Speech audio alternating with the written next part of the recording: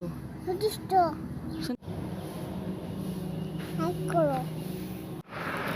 তো মানে গৈ আছোঁ নীলবাগান। তো চাই থাকিব শেষলৈকে। তো আজি গৈ আছোঁ আমাৰ নীলবাগানৰ সম্পূৰ্ণ দৃশ্য আপোনালোকক দেখুৱাম। ৰ'ব হে দোস্ত, welcome to my YouTube channel village blog. तो अपनी तो मैं ब्लॉग वीडियो थू आरंभ। ये आसाम है, या हर गली में अच्छा ही है, और हो भी क्यों ना, या हिंदू मुस्लिम सब भाई भाई है। आसाम को कहते हैं स्टेट ऑफ जॉय, हर दिन दिवाली हर दिन इंजॉय। हम लोग तालगाछ का लकड़ी से बैट बनाते हैं, खेलते हैं क्रिकेट और मारते हैं छॉय। बगीचा में जाते हैं तोड़ते हैं जामुन, बारिश में नहाते लगा के साबुन। छत्ता के ऊपर से गुड्डी उड़ाते हैं, खेलते हैं होली जब आता है फाग। यहाँ होटल में एसी है, घर में है पंखा, लड़की को पसंद है। তো বন্ধুসকল, এইখন মানে এখন হস্পিটেল হয় প্ৰাইভেট। তো আমাৰ নীলবাগানত এইখনৰ নাম চাগে ৱাৰিছ ভৱন। আপোনালোকে চাই থাকক মোৰ লগত।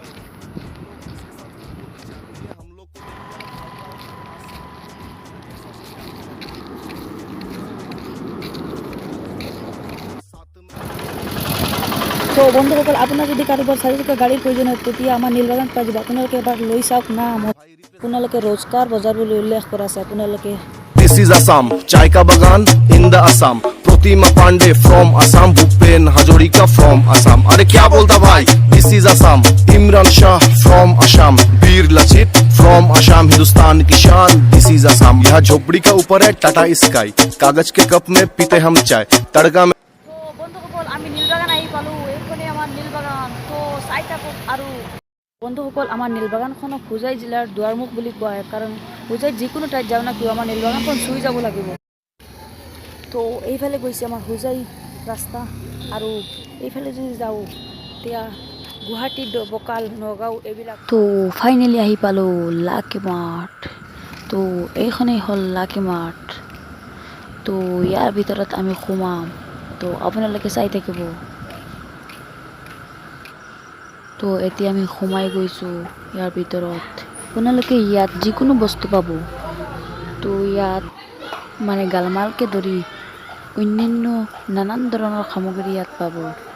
তো চাই থাকক মোৰ লগত আপোনালোকে। মানে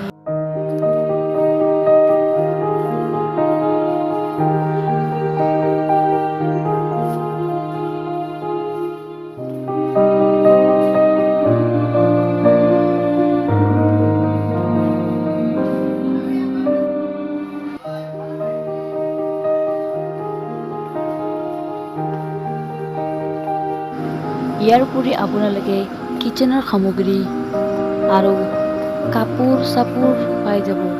আপোনালোকক দেখুৱাম কাপোৰখিনি। এয়া কাপোৰ, চাই লওক। কাপোৰেই কাপোৰ। এতিয়া মানে আমি লাকি মাৰ্টৰ ওপৰৰ মালাত যাম। তো আপোনালোকে চাই থাকক। এয়া আমি গৈ আছোঁ। মানে ওপৰত কি আছে আপোনালোকক দেখুৱাম। ইয়াত চাগে SBI বেংক আছে। তো ইয়াত মানে অসমৰ সকলো ধৰণৰ চিহ্ন লগাই থোৱা আছে। বিহু মানে চাহ খেতি।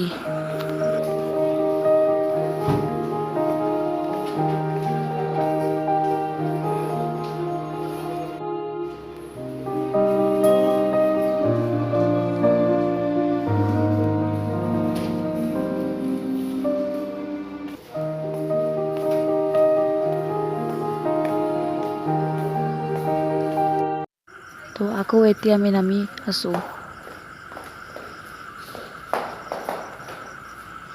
তো আকৌ আমি লাকি মাৰ্টৰ ভিতৰত গৈ যাম।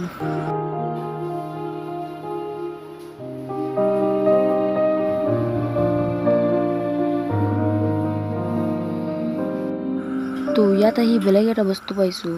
এইটো মানে কি, মানে কাঠেৰে বনাইছে। তো আপোনালোকে যদি কোনোবাই গম পায় তেনেহ'লে কমেণ্টত জনাব। এইটোৰ দাম চাগে 1100 লাখ কিমান, আৰু এইটো 900। তো ইয়াত আহি একো নিকিনিলোঁ। তো তথাপিও কিবা এটা লৈ যাম। তো আমি এতিয়া মানে ঠাণ্ডা এটা ল'ম। তো এইটো ঠাণ্ডা লৈছোঁ। তো এয়া মানে পে কৰি আছোঁ।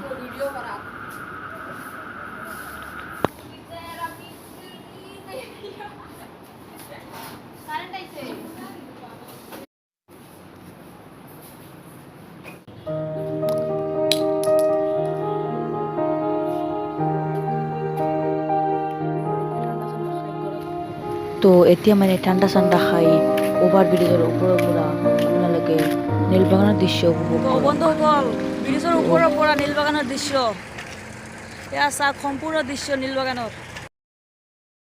बनाते हैं, खेलते हैं क्रिकेट और मारते हैं छय। बगीचा में जाते हैं, तोड़ते हैं जामुन, बारिश में नहाते लगा के साबुन, छत्ता के ऊपर से गुड्डी उड़ाते हैं, खेलते हैं होली जब आता है फाग। यहाँ होटल में एसी है, घर में है पंखा, लड़की को पसंद है बड़ो बड़ो लंका। गलत मत सोच, झाल बहुत खाती है, झाल लगा कस के तो रसगुल्ला लाती है। लड़की के आगे सब जीरो है भाई, इधर चाय का बगानी हीरो है भाई। এবাৰ বিউটি চাওক না, মজা বিউটি চাওক। সৰু ভিডিঅ' যদি ভিডিঅ'টো ভাল পায় তেনে লাইক কৰিব, কমেণ্ট কৰিব, সাবস্ক্ৰাইব কৰিবলৈ নাপাহৰিব। आसाम का यही सच्चाई है भाई, हिंदू